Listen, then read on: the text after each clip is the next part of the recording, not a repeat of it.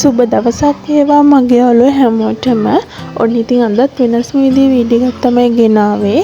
ඒ වගේම ගොඩක් හොඳ උතුම් පින්කමක් සිදු වෙන විදිහත් බලා ගන්න පුළුවන් ඔයාලට.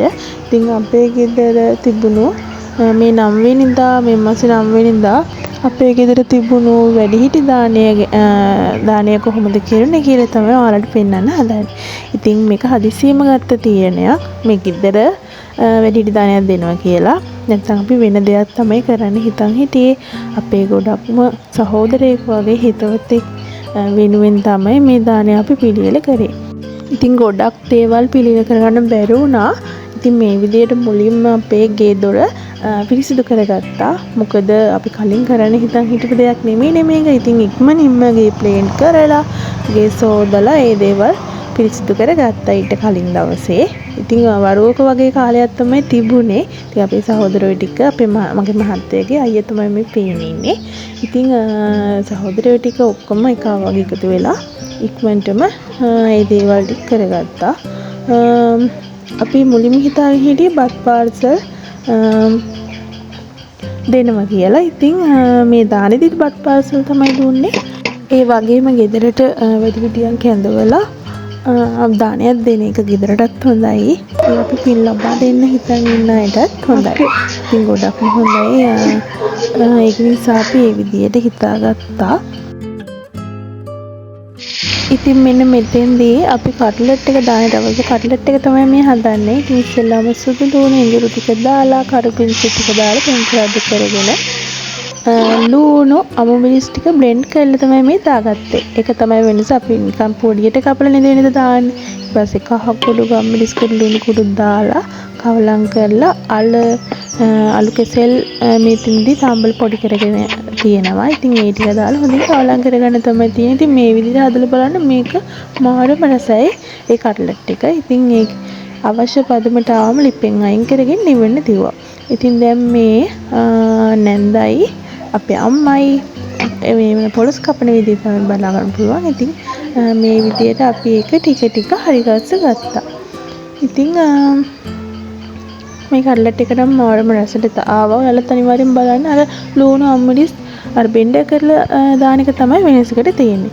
ඉතින් මේ විදිහට ඒ ටිකත් හරි ගත්තා. මේ අපේ ලොකු අයියගේ බැඳපු නෝනා. ඉතින් මේ විදිහට ඒකත් හරි ගත්තා. ඉතින් දැන් හදන්නේ පොලොස් එක විදියක් කියනවා. ඉස්සෙල්ලා සුදු ලුණු මේ විදිහට කියලා දාලා අපිට කිංචි දාලා ඒක රඳු කරගන්න. ඉතින් මේක කියන්නේ මේ ලොකෝගේ නේද මේක හදන්න. ඉතින් කලින් විදිහට කප්පියෙන් කරලා මික්ස් කරගත්තා. මික්ස් කරුත් හොඳින් තිප්පලා දුන්නාට පස්සේ සීනි දාගන්න මේ සීනි මේ සැන් 3ක් විතර දාගන්න. ඊපස්සේ ලුණු දාගෙන ගම්මිරිස් කුඩු දාගෙන ගොරකා තම්බගත්ත ගොරකා තමයි තම්බලා අඹරගත්ත ගොරකා අවශ්‍ය තරමට දාගෙන කවලම් කරලා පොල් කිරි දී කිරි මිටි කිරි දෙකම මෙතන දාගන්න. ඉතින් මේ විදිහට දාලා අපි හාල් පොල් අඹරගත්ත ටික දාගන්නවා. හාල් පොල් ඉන්සාල් වගේ ටිකක් අඹරගෙන බෙදලා අඹරගෙන ඒ ටික තමයි දාගත්තේ. ඊට පස්සේ කවලම් කරලා මස්කරි ටිකක් දාගෙන අයිමත් දී කිරි ටිකක් දාගෙන පොලොස් ටික දාගන්නවා. ඉතින් මේ විදිහට හදලා බලන්න මාර්ම රසට තියෙනවා මේක. ඉතින් මමත් හදලා බලන්න ඕන. මම හදනට වෙනස්. ඉතින් ඒක නිසා මේ විදිහට හදලා බලන්න. ඉතින් ඒකත් තෙල් පෑදෙනකම් හොඳට හින්දෙන්න දෙන්න ඕන. ඊට පස්සේ ඉතින් අනිත් දේවල් නම් මම වීඩියෝ කරගත්තේ නැහැ. මොකද වෙලාවකුත් තිබුණේ නැහැ. උදේට ඉතින් කලබලයිනේ.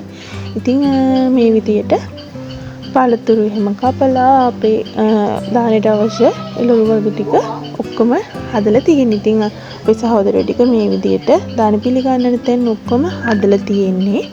ඉතින් දැන් තව පොඩි වෙලාවකින් අපේ වැඩිහිටියන් මේ ගෙදරට කැඳවනවා. ඉතින් මේ විදිහට අපි ඊට කලින් ඔක්කොම ටික 10ට තමයි වැඩිහිටියෝ එන්නේ හිටියේ. ඉතින් 10 වෙන්න කලින් අපි ඔක්කොම ටික ඉවර කරා. එතකොට අපිට ලේසි අපිට අර මේ දුවන්න ඕනේ. ගෙදරට වැඩිහිටියන් ආව මේක පිළිවෙලට අපි ඒ වතාවත් එක්ක කරලා අපිට නිදහසේ ඉන්න පුළුවන්. ඉතින් අපි ටික හරියටම කෙරුවා. ඉතින් මාරම සතුටේ ආපු වැඩිහිටියන් උනත් කිව්වා අර මේ දුවන්නේ හරිම පිළිවෙලයි. එහෙම කියලා. ඉතින් මේ විදිහට ඒ ටික අම්මලා සහෝදරයෝ ටික ඔක්කොම එකතු වෙලා එක වගේ කරගත්තා. ඉතින් මම නෙමෙයි මේ වීඩියෝ කරන්නේ අපේ පොඩි අය. ඉතින් ඒ නිසා පොඩ්ඩක් කැමරා එක අරි මේ හෙලෙනවා. ඉතින් ඔන්න ඔය වෙලාවෙත් තමයි කකුල් දෝනේ කරලා අපේ මහත්තයාගේ මල්ලි අයියයි වැඩිහිටියන් ගෙදරට පිළිගත්තා. ඉතින් වැඩිහිටියන් 6 දෙනෙක් අපේ ගෙදරට ආරාධනා කරා.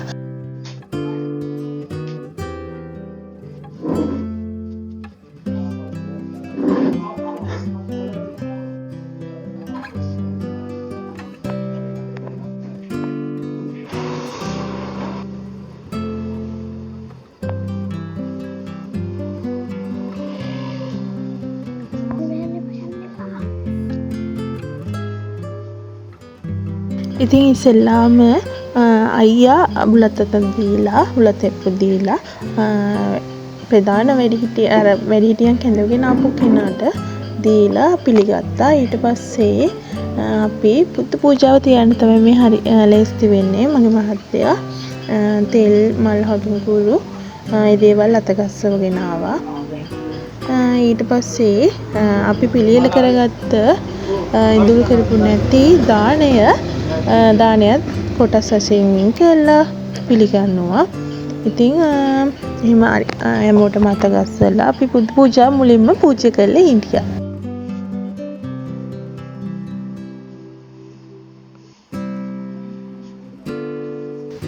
ඊට පස්සේ පන්සිල් සමාදන් වෙලා හොඳ බණ කතාවකුත් කියලා ඒ දේවල් කරා. ඉතින් ඒව වීඩියෝ කරගන්න ඕනේ නෑ. මොකද ඉතින් ෆෝන් අතේ තියාගෙන ඉන්නත් බෑ. ඒ දේවල් හරියට අපි කරන්න ඕන. ඉතින් මේ වගේ වීඩියෝ කරගන්න පුළුවන් ටික මම වීඩියෝ කළා තමයි මේ වීඩියෝ එක හරිගස්සගත්තේ. දැන් ඉතින් මේ පිළිවෙත් ඔක්කොම කරලා අපි වැඩිහිටියන් වෙනුවෙන් හරිගස්සපු දාණය ඒ වැඩිහිටියන්ට පිළිගන්න තමයි හදන්නේ. පිකන් වතුර වීදුරුවක් එහෙම තියලා දැන් එක එක්කෙනා ඇවිල්ලා ඒ අවශ්‍ය බත් ව්‍යංජන ඒ දේවල් වැඩිහිටියන්ට පිළිගන්නවා. ඉතින් වැඩි දෙයක් නැහැ. තිබුණේ බත් කට්ලට් පරිප්පු අල තෙල් දාලා පප්පඩම් බොංචි මැකරෝනි දාලා එළවලුව පොලොස් කිරි හොදි ගොටුකොළ සම්බෝලයක්. ඉතින් ඔන්න ඔය ටික තමයි තිබුණේ. ඉතින් අපි අතුරුපස වෙනුවෙන් අතුරුපසට හැදුවේ පිට්ටු කුරක්කම් පිට්ටු මොනවද කිරි සීනි පැණිත් අපිට ගේන්න අමතකුණා. ඇත්තම කියනවා නම් පැණි තමයි ගලපෙන්නේ. ඉතින් පැණි ගේන්න අමතකුණා. ඒත් ඒක අපි කමන්නේ සීනි එක කමු කියලා. ඉතින් වැඩි හිටියෝ හරිම ආසාවෙන් ඒක කෑවා. ඉතින් අපිට හරිම සතුටුයි. ඒ වැඩිහිටියොත් කියලා ගියේ මෙහෙම පින්කමක් මම කවදාවත් දැකලා නැහැ. මොකද අපේ ඥාතින් වෙනුවෙන් අපි සාමාන්‍යයෙන් දෙන්නේ. අපේ ඥාති කෙනෙක් නොවන අපේ හිතවත් කෙනෙක් වෙනුවෙන් තමයි අපි මේ දාණය අපේ ගෙදර දුන්නේ. ඉතින් ඒ නිසා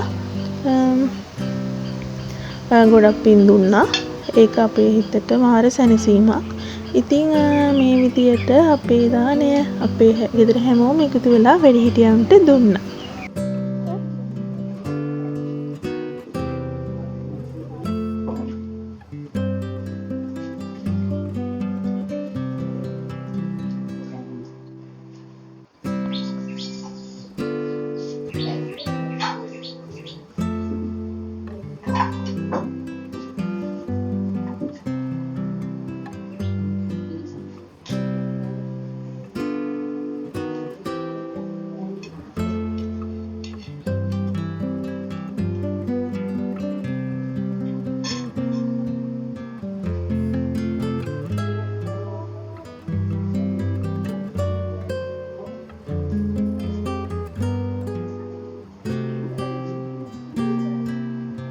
ඉතින් ඊට පස්සේ දානේ පිළි අරගෙන අපි පිරිත් දේශනාවකුත් කළා.